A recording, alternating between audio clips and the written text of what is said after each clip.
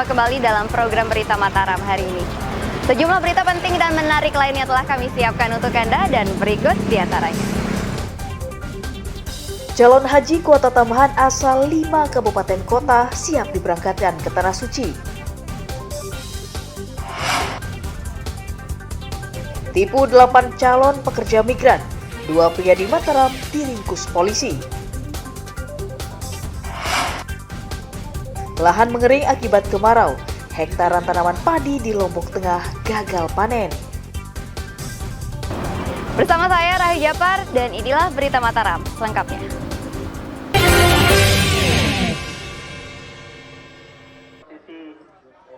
Pintu di luar. Terima kasih. Ratusan calon haji yang tergabung dalam kloter tambahan embarkasi Lombok dilepas di halaman kantor Bupati setempat Rabu siang. Sebelum diberangkatkan ke asrama haji, petugas panitia haji daerah memeriksa kembali dokumen kelengkapan yang dibawa calon haji.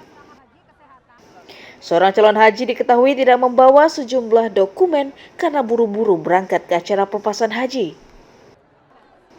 Penyelenggara meminta keluarga calon haji untuk segera melengkapi dokumen tersebut dan mengantarnya ke asrama haji agar keberangkatannya ke Tanah Suci tidak tertunda. Calon sedang antisipasi di perjalanan sedang perjalanan nanti masuk di Regu 10 pelunasan oleh Yuliadi. Bapak Yuliadi mau diantarkan ke sini sih.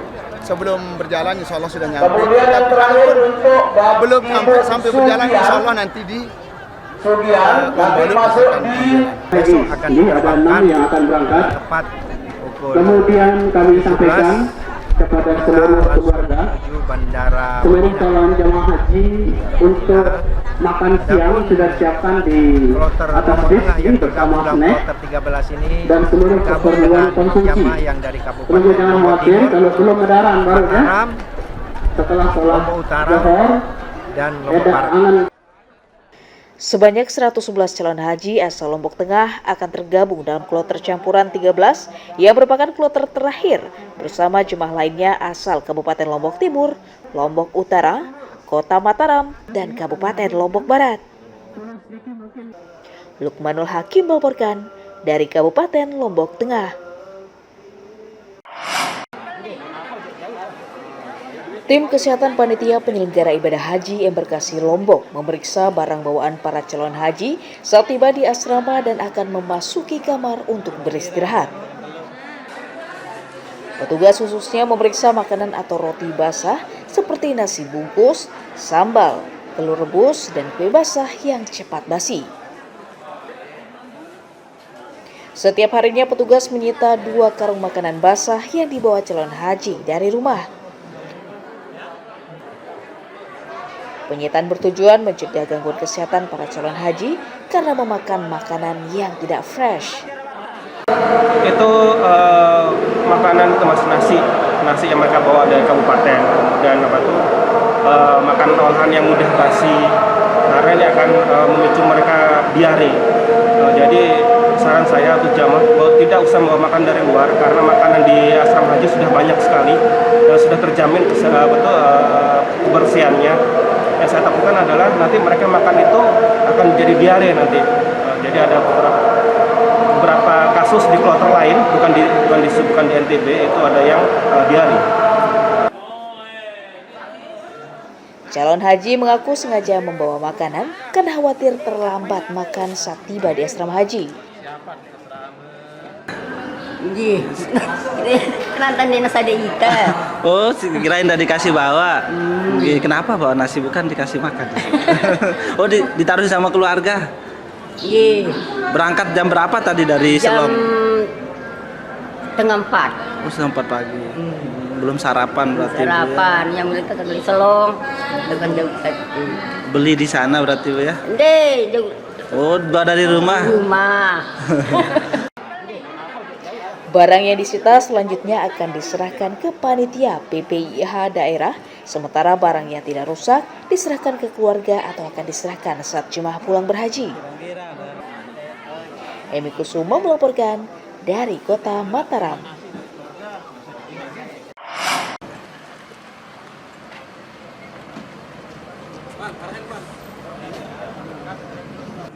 Dua calon haji embarkasi Lombok dinyatakan gagal berangkat ke Tanah Suci Mekah pada tahun 2023 karena sakit.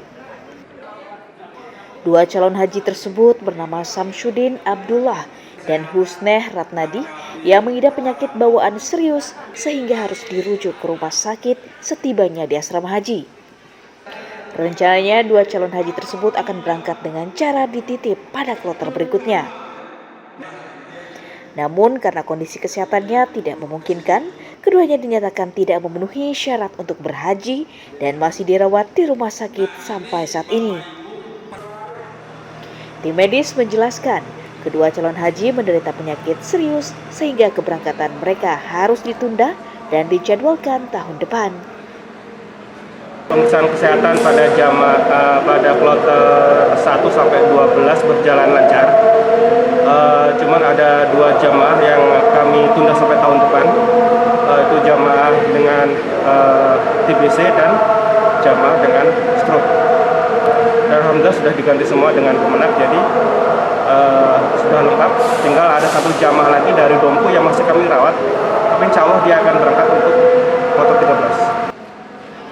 Hingga Rabu siang, tim panitia pemberangkatan ibadah haji embarkasi Lombok telah memberangkatkan 4.715 calon haji yang terbagi dalam 12 kloter dan seluruhnya telah berada di Tanah Suci. Emi Kusumo melaporkan dari Kota Mataram.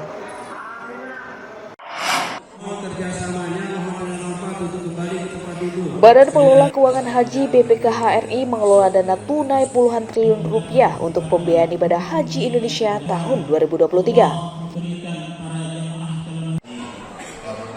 BPKH mendata 45 triliun dana haji, seluruhnya dialokasikan untuk transportasi, akomodasi, administrasi hingga konsumsi ribuan calon haji, mulai berangkat hingga kembali ke tanah air.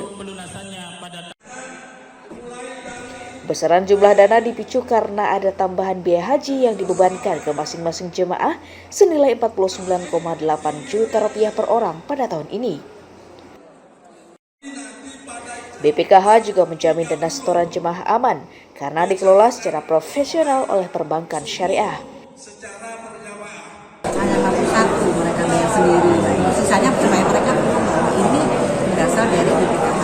Dan juga saya sebutkan bahwa kenapa BPKH bisa mengembangkan dananya itu ya dari dana-dana mereka tadi, dana mereka yang 5.300.000 itu kita kumpulin, kita kelola, kita bisa mengembangkan 30 triliun dari 135 jadi 195. Ini juga